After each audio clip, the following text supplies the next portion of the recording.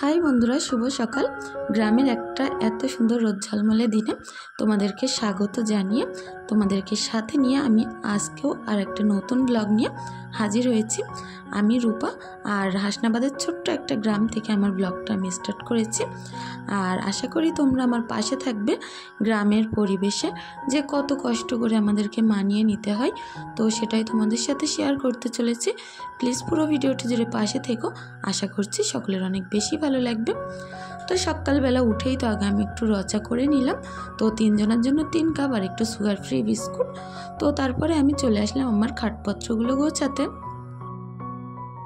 কাল থেকে একটা মারাত্মক যন্ত্রণায় ভুগছি, তো সেই বিষয়টা নিয়ে আলোচনা করব তোমাদের সাথে একটুখানি বাদেই। তোমরা আমার পাশে থেকো, আশা করছি বুঝতে পারবে সমস্যাটা।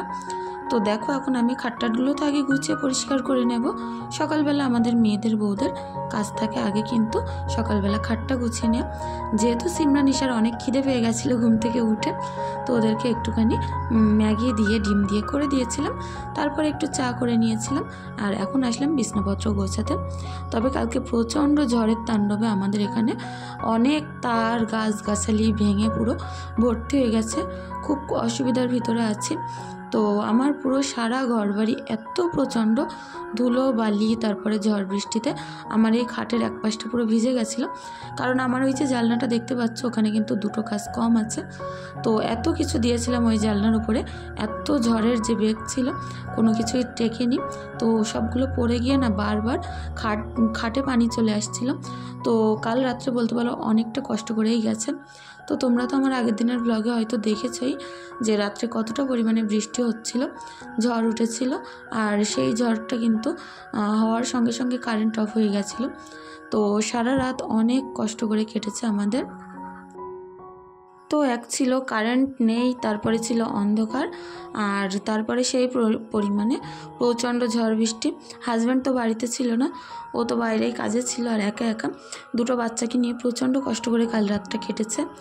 তো কি বলবো যে এত মারাত্মক একটা অসুবিধা, কারেন্ট না থাকলে হচ্ছে সেটা আর কি বলবো। আমরা মানুষরা না এরকম একটা সময়ের সঙ্গে অভ্যস্ত হয়ে গেছি যে কারেন্ট পেয়ে পেয়ে এরকম আমাদের একটা অবস্থা হয়ে গেছে। এখন যদি একদিন কারেন্ট না থাকে তো আমরা কিন্তু পুরো অচল হয়ে পড়ি। তো সেরকমই আমার অবস্থা হয়েছে। ট্যাঙ্কিতে পানি তুলতে পারিনি, তারপরে ট্যাঙ্কিতে তো পানি ছিলই না, পুরো সারাদিন বাথরুমের পানি তুলে তুলে জীবন বেরিয়ে যাচ্ছে। তারপরে সমস্ত গাছগাছালি, অনেকটা গাছ আমাদের, কলা গাছ বলো, সৃষ্টি গাছ বলো, ইউক্যারিক্টাস গাছ, এগুলো ভেঙে ভেঙে পড়ে গেছিলো। তো যেহেতু আমাদের রাস্তাটা সরু খুবই, আর মাটির রাস্তার উপরে খুব অল্প পরিমাণে ইট পাতানো, ঘাসের জন্য সেটা হয়তো বোঝাও যায় না, অসুবিধা হয় না। কিন্তু বৃষ্টি হওয়ার কারণে না রাস্তাটা অনেকটাই ধুয়ে গেছে মাটি, আর সেখান থেকে যাতায়াত করতে না প্রচণ্ড অসুবিধা হচ্ছে। আজ হয়তো ভিডিওটি তোমাদের সাথে আমি দিতে পারতাম না, কারণ সারা দিন বাড়িতে কারেন্ট ছিল না। এই কাজগুলো করছিলাম, তখন আমার ফোনে ছিল 3% চার্জ। তো তবু একটু একটু করে ক্যামেরাটা অন করছিলাম। তো পুরো কাজটা আমি তোমাদের সাথে আর শেয়ার করতে পারিনি, কারণ প্রচণ্ড অসুবিধার মধ্যে, একে রাস্তার ওই অবস্থা, তার মধ্যে ঘরবাড়ি পুরো ধুলো নোংরায় ভর্তি হয়েছিল, আর তার মধ্যে ছিল না ফোনে চার্জ। তো ভাবলাম একটু হলেও তোমাদের সাথে শেয়ার করি। তো আমার যে সকল কিউট বন্ধুরা আছো তারা কিন্তু সকাল হলে অনেকটা আমার অপেক্ষায় বসে থাকে আমার ব্লগ কখন আসবে।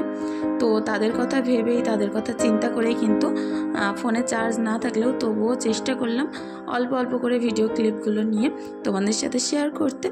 তো ঘরটা তো আমি গুছিয়ে এসেছিলাম, বারান্দাটাও পরিষ্কার করে আসলাম। তবে এখনও পর্যন্ত না কার্নিশের ওপরে বেশ কাদা কাদা হয়ে আছে, তো ওই জায়গাটা একটু ঝাড়ু দিয়ে তারপরে মুছে নিতে হবে। তো এই ঘরটা দেখতে পাচ্ছ কতটা বেশি ধুলো, তোমরা হয়তো অতটা বুঝতে পারছো না কারণ ক্যামেরা অতটা ভালো আসছে না। প্রচণ্ড ধুলো, পা দিচ্ছিলাম পুরো বালি বালি হয়ে গেছে। আর এই জায়গাটার অবস্থাটা দেখো, সমস্ত টব উপর হয়ে হয়ে মাটি পড়ে পুরো কাদা কাদা হয়ে শুকিয়ে গেছে। তো আগে আমি ঝাড়ু দিয়ে নিই, তারপরে সময় করে এই জায়গাটা একটু মুছে নেব। তো কোনটা এরে কোনটা করবো সকালবেলা আমি বুঝে উঠতে পারছিলাম না, কারণ বাড়ির প্রত্যেকটা কোনাকানি যেমনভাবে নোংরা হয়েছে, উঠোনটাও কিন্তু ঠিক একই অবস্থা। তো সবগুলো আজ আমি পরিষ্কার করে নিয়েছিলাম। তবে এখনও পর্যন্ত ফোনে সেই 3% চার্জ আছে, কখন চার্জটা শেষ হয়ে যাবে আর তোমাদের সাথে আর আমি ভিডিওটা শেয়ার করতে পারবো না, তার ঠিক ঠিকানা নেই। তো তোমাদের সাথে শেয়ার করব আমি ডিম ট্রে থেকে ফাটা বেরোলে কি করি। তো দেখো এক ট্রে ডিমের মধ্যে কিন্তু 3-4টে ডিম ফাটা বেরিয়েছিল। তো এগুলো না ডিমের সঙ্গে রাখলে বোঝাই যায় না ফ্রিজে। তো তার কারণে এদেরকে আমি একটু চোখ নাক মুখ আঁকিয়ে নিচ্ছি, এতে করে আমি বুঝতে পারবো যে এই ডিমগুলোকে আগে খেয়ে ফেলতে হবে, তা নয় কিন্তু এরা নষ্ট হয়ে যাবে। তো যখনই এরকম আমার ট্রে থেকে ফাটা ডিম বেরোয় এই কৌশলটা কিন্তু আমি করে রাখি, এতে করে আমি বুঝতে পারি যে এই সকল ডিমগুলো আমাকে খেয়ে ফেলতে হবে। তেমনই কিন্তু যখন আমি ডিম সিদ্ধ করেও ফ্রিজে রাখি তখন এদের চোখ নাক মুখ আঁকিয়ে রাখি, তাহলে আমার না বোঝার দিকটা অনেকটাই সুবিধা হয়। তো এটা ছিল একটা বড় কিচেন টিপস তোমাদের সাথে শেয়ার করার। অনেক দিন ধরে ভেবেছিলাম করব, কিন্তু সেটা আর হয়ে ওঠেনি। আজ যেহেতু ভাবলাম যে এক ট্রে ডিম যেহেতু এনেছে আজ এই টিপসটা শেয়ার করি। তো তারপরে আসলাম আমার এই উঠোনে, দেখো কতটা টানা রোদ্দুর, তার মতো যেমন গরম ছিল, ঘরে তো কারেন্ট ছিল না। তো ওকে না আমি ঘুম পাড়াতে পারছিলাম না মোটেও, যেহেতু যখনই ঘুম পাড়ায় পাখা তো ছেড়ে দেওয়া হয়, ঘরের ভিতরে যখন থাকে পাখা ছেড়ে রেখে দিই। এই গরমে পাখা না ছাড়া আমরা চলতেই পারি না, পাখা না ছাড়লে। তো আমার আজ যে এতটা অসুবিধা হয়েছে সেটা আর কি বলবো। একে ফোনে চার্জ নেই, পাখা ছাড়তে পারছি না, মোটরে পানি নেই, তো তার মধ্যেও রান্নাঘরটা প্রচণ্ড পরিমাণে অন্ধকার। তো এইভাবে আমার কাজগুলো আজ অনেক কষ্ট করেই করতে হয়েছে। তো দেখো আমি তো পাপোশগুলো তুলে তুলে একটা করে রোদ্রে মেলে দিলাম। এখন এই জায়গাগুলো একটু পরিষ্কার করে ঝাড়ু দিয়ে নেব। একটুখানি বাদে যখন মুছবো ঘর তখন এই জায়গাটাও কিন্তু আমি মুছে নেব। তো গ্রামের পরিবেশ হয়তো আমাদের সবার অনেক বেশি ভালো লাগে, কিন্তু এখানে যেমন একটা সুবিধা আছে যে খোলামেলা হাওয়া আর প্রচণ্ড পরিমাণে ফাঁকা জায়গা, তো মনটা প্রায় জুড়িয়েই যায়। কিন্তু একটা অসুবিধা কিন্তু এখানে আছে যে কারেন্ট চলে গেলে এখানে আসতে একটু লেট হয়। শহরে যেরকম দেখো 5 মিনিট কি 10 মিনিট কারেন্ট চলে গেলে সঙ্গে সঙ্গে মানুষ রিপোর্ট করে আর সঙ্গে সঙ্গে ঠিক হয়ে যায়, কিন্তু আমাদের এখানে কিন্তু সেটা নয়। আমাদের আগে কিছুক্ষণ ভোগ করতে হয়, তারপরে অতিরিক্ত কি বলবো কষ্ট পেয়ে পেয়ে পেয়ে পেয়ে তারপরে কিন্তু কারেন্টটা আমাদের দেওয়া হয়। তো এদিকে দেখো ঈশার জন্য আমি একটুখানি খিচুড়ি করে নিয়েছিলাম আর 1 লিটার দুধ নিয়ে ওকে খাওয়ানোর চেষ্টা করে একটু ঘুম পাড়াবো। আর এদিকে মাংস কেটেছি, পেঁয়াজ আদা রসুন কেটেছি। কোনো কিছুই শেয়ার করতে পারলাম না আজ রান্নাবান্না তোমাদের সাথে, কারণ ফোন বন্ধ হয়ে গেছিলো, খুলতে পারছিলাম না, আর চার্জই ছিল না, তা ফোন খুলবো কী করে বলো। তো ফোনটা অনেক দূরে এক জায়গায় চার্জে বসিয়ে দিয়ে এসেছিলাম, আমার হাজব্যান্ডের দিয়ে পাঠিয়ে দিয়েছিলাম যে একটু বাজার থেকে চার্জ দিয়ে নিয়ে এসো। তো চার্জ দিয়ে যখন দুপুরবেলা আনলো তখন আমার রান্নাটা কিন্তু হয়ে গেছিলো। তো তোমাদের সাথে আজকের রান্নাটা আমি শেয়ার করতে পারলাম না, সকলে আমাকে প্লিজ একটু ক্ষমা করে দিও। তারপরে দেখো এদিকে আমি পুঁইশাক চিংড়ি মাছ করেছি, বড় বড় বাগদা চিংড়ি ছিল, আর এদিকে একটুখানি মাংসের পাতলা ঝোল করেছি। এই প্রচণ্ড গরমে কিন্তু খুব বেশি রিস্ক খাবার না খাওয়াই উচিত। এখন দেখো সিমরানকে আমি ভাত দিয়ে দিলাম, তো আমি এখন স্নান করব, আরও বাদ বাকি কাজকর্ম করব, করেই কিন্তু নিজে খাবো। এদিকে ঘরে চলে আসলাম, আগে ঈশাকে স্নানটা করিয়ে দিলাম আমার স্নান করার আগে। তো ওকে এখন আমি একটু সুন্দর করে গুছিয়ে গাছিয়ে দেব, জামা পরিয়ে, টিপ পরিয়ে, পাউডার পরিয়ে, মুখে একটুখানি ক্রিম লাগিয়ে দেব। বাচ্চা কাচ্চা না স্নান করার সাথে সাথেই কিন্তু গুছিয়ে দিতে অনেক বেশি ভালো লাগে, আমার তো ভালো লাগে। আমি যখন ঈশাকে স্নান করিয়ে দিই, আমার যত কাজ থাকুক না কেন, আগে আমি চেষ্টা করি ওকে ক্রিম, পাউডার, তেল যেগুলো মাখানোর হয় সবগুলো মাখিয়ে দিই, তারপরে কিন্তু আমার নিজের অন্য কাজগুলো আমি করতে যাই। তো এখন আমি ওর প্রত্যেকটা ভাজে ভাজে পাউডার দিয়ে দিচ্ছিলাম।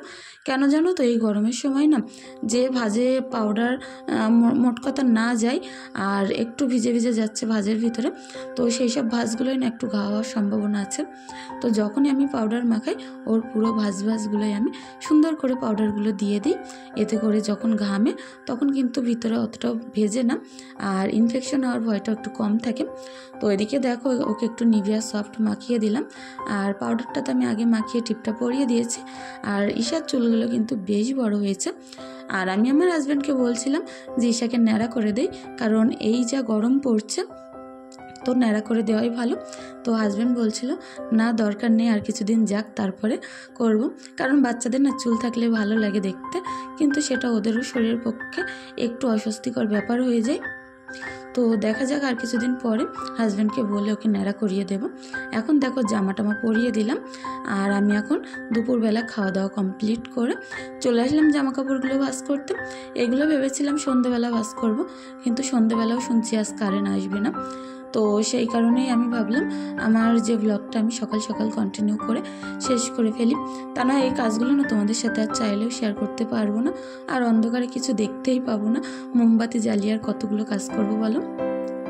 তো এই সকল জামা কাপড়গুলো ছিল বাস্কেটের মধ্যে।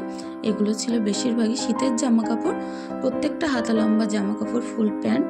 তো এগুলো আমি ভাঁজ করে বাক্সের মধ্যে ঢুকিয়ে নেব। আর এখন যে গরমে খুব পাতলা পাতলা জামা পরাই ওকে, তো সেইগুলো আমি বাস্কেটটায় রেখে দেবো। আর ঈশা দেখো ওদিকে বাস্কেটের মধ্যে বসে বসে খেলা করছিল। তো আমি ভাবছিলাম যে বান্দা যাতে খুশি তা সেটাই করা ভালো। তো ওকে বেশি কিছু না বলে নিজের কাজটা নিজে করছিলাম। ওকে যদি এখন বাস্কেট থেকে তুলে দিই তো আমার কাজের পুরো সাড়ে সর্বনাশ ঘটিয়ে দেবো। এক্ষুনি জামা কাপড়গুলো টান মেরে নিচেই ফেলে দেবে, তা না হয় কোলের ভিতরে এসে শুয়ে পড়বে। তো দেখো আসছিল যোগ করে যে কোলের ভিতরে আসবে, আস্তে আস্তেও কিন্তু এক্ষুনি আবারও ঘুরে যাবে। ও এখন প্রচণ্ড খেলায় ব্যস্ত ছিল, তার কারণে ভুলেই গেছে যে মায়ের জামা কাপড়গুলো হুড়িয়ে দিতে হবে। কারণ প্রত্যেক দিনই আমি যখন জামা কাপড় ভাঁজ করতে বসি ও না প্রত্যেক দিনই ভাঁজ করা জামা কাপড় নিয়ে ফেলে দেয়। আর এদিকে দেখো সেই বড় বড় জামা কাপড়গুলো তো আমি বাক্সে ঢুকিয়ে নিয়েছিলাম, আর পাতলা পাতলা যেগুলো রোজই পরে জামাগুলো ওই এক সাইডে রেখেছি, আর প্যান্টগুলো এক সাইডে রাখবো। এতে করে কিন্তু আমার যখন আমি জামা কাপড় পরাবো না, এই বাস্কেটটা হাত দিলে জামা কাপড়গুলো আর উড়াবে না, প্যান্টের জায়গায় প্যান্ট থাকবে, গেঞ্জির জায়গায় গেঞ্জি। তো এভাবেই আমি আমার এই বাচ্চার ছোট্ট বাস্কেটটা গুছিয়ে নিলাম। তো তোমাদের কেমন লাগলো আমার আজকের ভিডিও? তো অবশ্যই তোমরা কিন্তু তোমাদের মতামত কমেন্টের মাধ্যমে জানিও। তো কাল আমার কিছু বন্ধুরা কমেন্ট করেছো, তো সেগুলোই তোমাদের সাথে শেয়ার করি। তো মাই আমাকে বলেছ যে আপু তোমার রান্নার রেসিপিগুলো আমার অনেক ভালো লাগে, দোয়া করি অনেক ভালো থেকো, তুমিও বোনও অনেক বেশি ভালো থেকো। আর রোজ রোজ এত সুন্দর কমেন্ট করার জন্য অনেক বেশি ধন্যবাদ তোমার। তো সাবিনা আমাকে কমেন্ট করেছ যে আপু তুমি কাচের চুড়ি পরো, কাল যে বলেছিলে, আর আমি তোমাকে জিজ্ঞেস করেছিলাম কোন কালারটা পরলে ভালো লাগবে, তুমি বলেছো হোয়াইট আর গ্রিন। তো আমি যদি বাজার থেকে খুঁজে পাই হোয়াইট গ্রিন কালার কাচের চুড়ি তো অবশ্যই পরবো, আর তোমাদের সাথে অবশ্যই শেয়ার করব।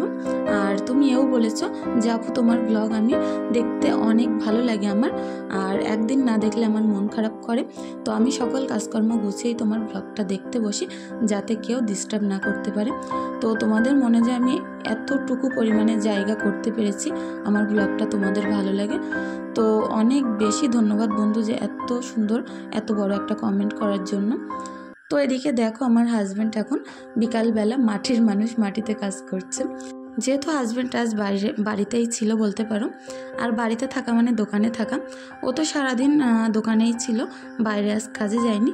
তো এই যে পাটটা বলছিলাম না বৃষ্টি হয়ে ভেঙে পুরো খুব খারাপ অবস্থা হয়ে গেছে আমাদের এই রাস্তার, তো আর যাতে না ভাঙে তো এই কারণে সুন্দর করে এখন টালি সাজিয়ে নিচ্ছে।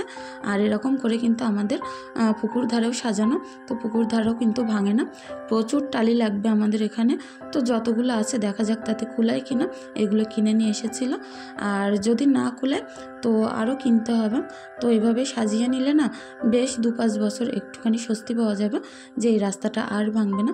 তো সেটাই করছিল, আর আমি এদিকে পুকুরে চলে আসলাম বাসন মাজতে। যেহেতু কারেন্ট নেই আর সন্ধ্যাবেলা আসবে কি তার ঠিক নেই, এখন বিকালই সব কাজ করে নিতে হবে, তাহলে সন্ধ্যাবেলা অন্ধকারে না বেরোতে পারলেও আর অসুবিধা নেই। আর ভিতরেও যেহেতু পানি নেই, ট্যাঙ্কিতে পুরো পানি শেষ, তো সেই কারণে পুকুরে আবারও বিকেলবেলা মাজতে চলে আসলাম।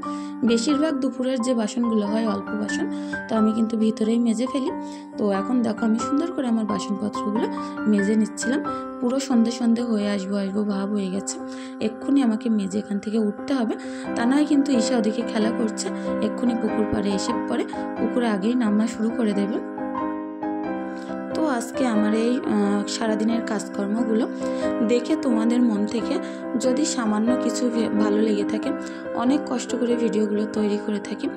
তো অনেকে হয়তো ভাবতে পারো যে কি আর কাজ করে, আমরাও তো এর থেকে বেশি কাজ করি, কি আমরাও এরকম কাজ করি, তো এর মধ্যে আর কি তফাৎ। কিন্তু ক্যামেরা ধরে কাজ করা একটা আলাদা ব্যাপার, কিন্তু ক্যামেরা ছাড়া কাজ করা কিন্তু একটা অন্যরকম ব্যাপার। তো অনেক কষ্ট করে ভিডিওগুলো তৈরি করে থাকি। তোমাদের মন থেকে যদি সামান্য কিছু ভালো লেগে থাকে, তোমাদের মনে যদি একটু হলেও জায়গা করতে পারি, প্লিজ চ্যানেলটি সাবস্ক্রাইব করে পাশে থাকতে পারো। আর যদি বেশি কিছু ভালো লেগে থাকে অবশ্যই একটি লাইক একটি কমেন্ট করে দিয়ে যেও। আমার ভিডিওর ভিতরে কী ভুল ত্রুটি আছে, কী ঠিক আছে, তোমাদের মূল্যবান মতামত, তোমাদের কমেন্টগুলো আমার ভিডিওর মাঝখানে জানিয়ে যেও। তাহলে আমি বুঝতে পারবো আর আগামী দিন আমার সেই ভুল ত্রুটিগুলো আমি শুধরে নেব। আর যেগুলো তোমাদের ভালো লেগেছে অবশ্যই সেটা কমেন্ট করে জানিও। তো এদিকে দেখো এখন ঈশার জন্য একটুখানি দুধ কলা বাটার দিয়ে ভাত মাখিয়ে নেব, কারণ বাটারটা এনে দিয়েছে এখনও পর্যন্ত সেভাবে খাওয়াতে পারিনি, কোনো কাজে ব্যবহারই করতে পারিনি। তো ভাবলাম এখন থেকে যেই তরকারি হোক আর দুধ ভাত হোক যাই খাওয়াবো তার সঙ্গে দিয়ে খাইয়ে দেবো, কারণ ও কিন্তু পাউরুটি মোটেও খেতে ভালোবাসে না, যে পাউরুটি দিয়ে বাটার দিয়ে ওকে দেবো। আর এদিকে দেখো আমাদের জন্য 3 কাপ চা করে নিয়ে আসলাম। তো ভাতটা খাওয়িয়েই আমি চাটা খাবো। সিমরানকে আগে চাটা দিয়ে পড়তে বসিয়ে দেব, আর তারপরে কিন্তু ঈশাকে খাইয়ে নেব আমি। তো এখন দেখো অনেক গল্প বলে অনেক কিছু বুঝিয়ে বাজিয়ে ওকে আমি খাওয়াচ্ছিলাম। আর ঈশা সবসময় এরকম একটা বাচ্চা যে হয় ওকে গল্প শোনাতে হবে আর তা নয় ফোন হাতে দিতে হবে, তাহলেই কিন্তু ভাত খায়।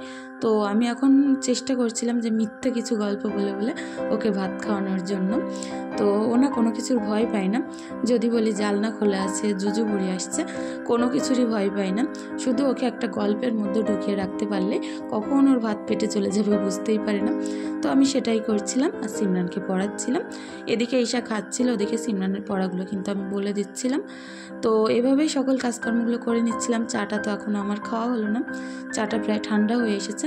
আর এখন দেখো কত মাম দিচ্ছে আমাকে। তো এখন ঠান্ডা চাটাই খেয়ে নেব। ঈশাকে খাওয়াতে খাওয়াতে আমার চা পুরো ঠান্ডা হয়ে গেছে। তো তারপরে আসছি রাত্রে আমার জন্য কিছুটা রুটি করব। 3-4টা রুটি হলে আমার হয়ে যাবে, অল্প করেই আটা মাখবো। তো এখন দেখো সুন্দর করে রুটি করে নিচ্ছি।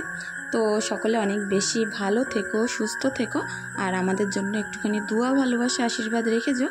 তোমাদের জন্য আমার তরফ থেকে অনেক বেশি ভালোবাসা রইল। তো আজকের ভিডিওটি এখানেই শেষ করব, আর আগামী দিন চেষ্টা করব আরও নতুন সুন্দর একটা ব্লগ নিয়ে তোমাদের সামনে আসতে।